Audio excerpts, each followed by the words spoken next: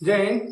भारत सरकार ने हमारे 2 निर्वाचन आयुक्तों की नियुक्ति कर दी है। जो अभी हाल ही में अरुण गोयल ने अपने इस्तीफा दिया था और उससे पहले जो एक और थे जिनके मतलब रिटायर हो गए थे वो फरवरी में। तो कुछ सुप्रीम कोर्ट का भी डर था, जिसकी वजह से हमारे 2 नए निर्वाचन आयुक्त जो हैं, एक तो मुख्य निर्वाचन आयुक्त हैं, 2 अन्य निर्वाचन आयुक्त हैं। तो जो 2 अन्य निर्वाचन आयुक्त थे उसका पद खाली होने की वजह से कल शाम तक उसको जो है भर दिया गया है। अब क्या है निर्वाचन आयोग और कौन कौन लोग बने हैं निर्वाचन आयोग, थोड़ा सा उसको जान लेते हैं हम लोग। देखिए, ये है भारत निर्वाचन आयोग, ठीक है। भारत की एक संवैधानिक संस्था है। अगर आपसे पूछ दे कभी कि निर्वाचन आयोग एक कैसी संस्था है, तो भारत की एक संवैधानिक संस्था है, ठीक है। संवैधानिक का मतलब संविधान के अंदर में है, जिसकी चर्चा हमारे संविधान में भाग 15 में है, अनुच्छेद 324 से लेकर 329 तक। किसमें चर्चा है? अनुच्छेद 324 से लेकर 329 तक, हम जिसे निर्वाचन आयोग कहते हैं, ठीक है। अब निर्वाचन आयोग जब पहली बार बना हमारे यहाँ 26 जनवरी 1950 को जब बना, उस समय एक सदस्य था, यानी सिर्फ उसमें एक सदस्य था। उसका जो मुख्य आयुक्त था, चाहे निर्वाचन आयुक्त था, सिर्फ एक ही था, ठीक है। लेकिन इसे 1980 तक इसे सिंगल रखा गया, फिर इसे ट्रिपल किया गया, फिर सिंगल किया गया, फिर ट्रिपल किया गया। वर्तमान में ट्रिपल चल रही है, यानी एक मुख्य आयुक्त है, बाकी 2 अन्य निर्वाचन आयुक्त हैं, ठीक है। तो ये जो 2 निर्वाचन अन्य आयुक्त थे, इनके जो पद खाली हो गए थे, तो इनके पद को लेके भरने में बड़े संशय चल रहे थे, क्योंकि अरुण कुमार गोयल के अचानक इस्तीफा देने के बाद हमारे निर्वाचन आयुक्त में एक हलचल टाइप मच गई थी कि अचानक इनके इस्तीफा क्यों देना पड़ा है, क्योंकि जबकि इनका जो है रिटायरमेंट 2027 में था। अचानक के रिटायरमेंट क्यों, मतलब इस्तीफा क्यों दे दिए? तो लोगों को ऐसा लगने लगा कहीं सरकार का प्रेशर तो नहीं था, क्योंकि अब जो है निर्वाचन आयुक्तों को नियुक्त करने का जो अधिकार दिया गया है, अब सरकारों को दे दिया गया है।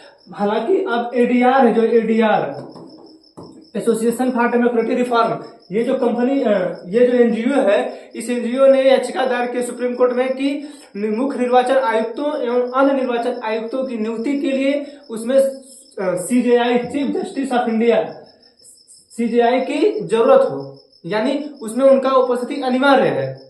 ऐसी याचिका डाली गई है सुप्रीम कोर्ट में, ठीक है। तो समझ में आया, भाग 15 में है, अनुच्छेद 324 से लेकर 329 तक निर्वाचन आयोग की चर्चा है, ठीक है। इस समय वर्तमान में जो हमारे मुख्य निर्वाचन आयुक्त हैं, उनका नाम है राजीव कुमार, ठीक है।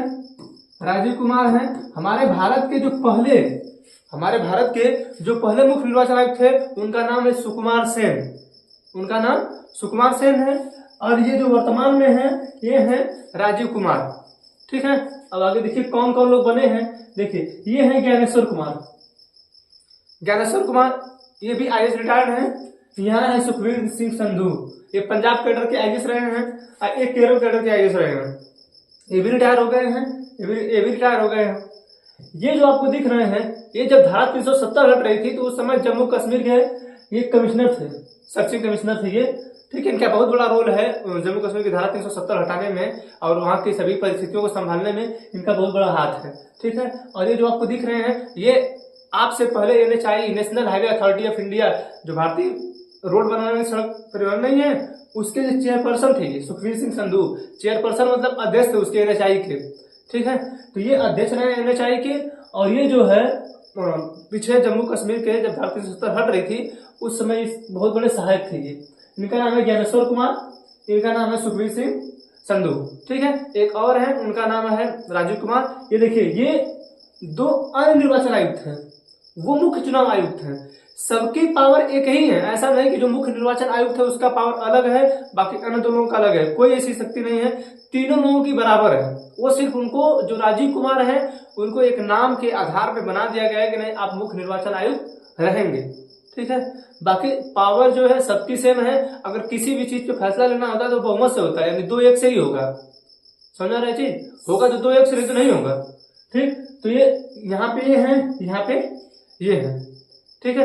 अब देखिए, कभी कभी क्या होता है कि अब सरकार को नियुक्ति करने का अधिकार दिया गया इन लोगों को, तो कभी कभी हटाने की भी ऐसी शक्ति होनी चाहिए ना, कि इनको हटाया गया है, तो इनको हटाने की शक्ति हमारे सरकार के पास नहीं है, क्योंकि हमारे संसद से जब तक 2/3 बहुमत से दोनों सदनों से पारित नहीं होगा, ठीक है। एक महाभियोग आप लोगों ने पढ़ा होगा, महाभियोग, ठीक है। ये संसद के सदन में चलाया जाता है, दोनों सदनों में, संसद के दोनों सदनों में चलाया जाता है महाभियोग। महाभियोग द्वारा ही इनको हटाया जाएगा। खैर महाभियोग द्वारा कोई जल्दी हटता नहीं है, आज तक ऐसी कोई परिस्थिति आई ही नहीं कि इनको महाभियोग द्वारा हटाया जाए। ठीक है, महाभियोग की प्रक्रिया इतनी आसान नहीं है जितना कहने में लग रहा है। हाँ, एक चीज ध्यान रखिएगा, इन लोगों के लिए महाभियोग की प्रक्रिया का प्रयोग नहीं होगा। यानी प्रक्रिया का मतलब ये जो नाम दिख रहा है आपको महाभियोग, इस नाम का प्रयोग इनके लिए नहीं होता है। इनके लिए उस नाम का प्रयोग होता है कि संसदीय विधि द्वारा, संसदीय विधि, इनके लिए जो प्रयोग होता है ये प्रयोग होता है संसदीय विधि, न कि महाभियोग।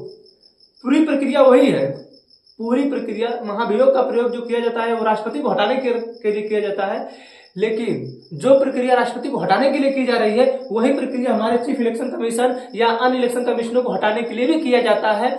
लेकिन ये जो नाम है, जो प्रक्रिया है, वो संसदीय विधि हो जाएगी और राष्ट्रपति के लिए वो इम्पीचमेंट हो जाता है महाभियोग। ठीक है, तो हमें ऐसा है कि समझ में आया होगा। देखिए पूरे डिटेल्स में हम नहीं जा रहे हैं क्योंकि ये शॉर्ट में है, शॉर्ट में बता के निकल रहे हैं। बाकी इसका डिटेल्स अगर आपको देखना है तो हम पीछे क्लास बनाए हैं कि कब से बना, कब बना, किसकी किसकी नियुक्ति होती है, कौन नियुक्ति करता है, कैसे नियुक्ति करता है। ठीक है, इसका वीडियो हम पहले बना चुके हैं। तो हमें आशा है कि आपको समझ में आया होगा। मिलेंगे अगले क्लास में, तब तक के लिए जय हिंद।